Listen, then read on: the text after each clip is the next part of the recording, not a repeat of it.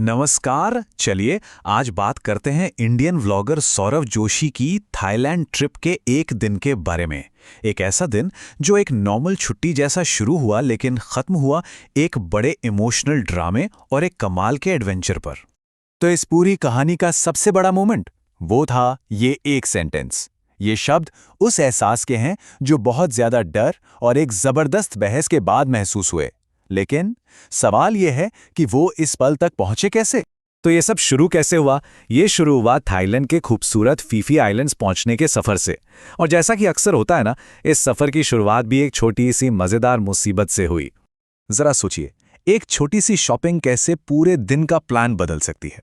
हुआ ये कि एक बड़ी सी पिचकारी खरीद ली, लेकिन अब उसे साथ कैसे ले जाएं? नतीजा ये हुआ कि उन्हें सुबह सुबह एक नया बड़ा सूटकेस खरीदना पड़ा। ये व्लॉगर की जिंदगी की सच्चाई है, जहां हर छोटी मोटी परेशानी भी कहानी का हिस्सा बन जाती है। तो सुबह की ये छोटी सी भागा दौड़ी के बाद उनका सफर शुरू होता है।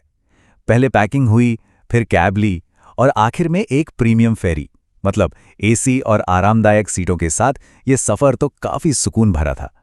पर उन्हें अंदाजा भी नहीं था कि आगे क्या होने वाला है। चलिए अब सीधे उस पल पर चलते हैं जब वो आइलैंड पहुंचे। जैसा उन्होंने सोचा था, क्या फीफी आइलैंड वैसा ही था? नहीं, बिल्कुल नहीं।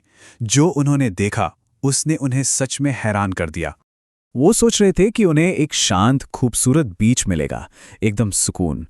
लेकिन असलियत वो कुछ और ही थी।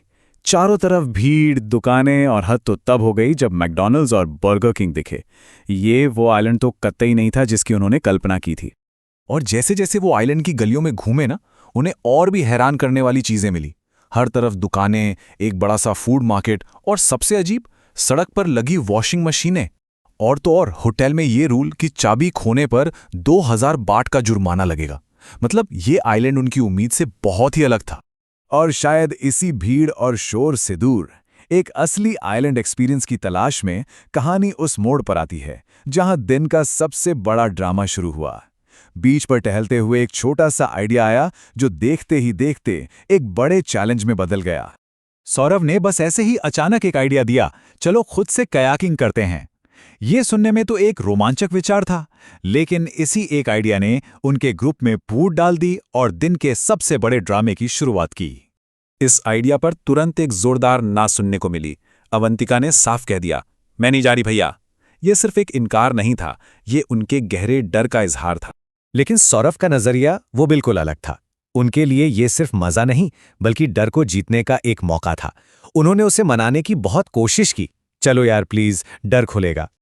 और ये शब्द, ब्रो मेरा मेंटल हो रहा है, ये बहुत कुछ कहते हैं। इनसे पता चलता है कि ये सिर्फ पानी का डर नहीं था, बल्कि एक ऐसी घबराहट थी जो उन्हें मानसिक रूप से परेशान कर रही थी। दांव पर सिर्फ एक एडवेंचर नहीं, बल्कि उनकी हिम्मत थी। इतनी बहस और असहमति के बावजूद वो रुके नहीं। एक लंबी, तनाव भरी बातचीत के बाद, डर और हिचकिचाहट के साथ ही उन्होंने इस चुनौती का सामना करने का फैसला किया।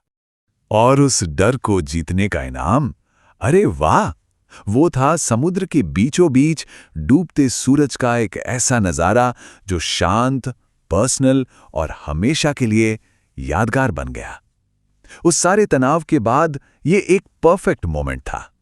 बाद में सौरव ने मजाक में ये भी कहा कि उनकी माँ ये व्लॉग देखकर उन्हें बहुत डांटेंगी।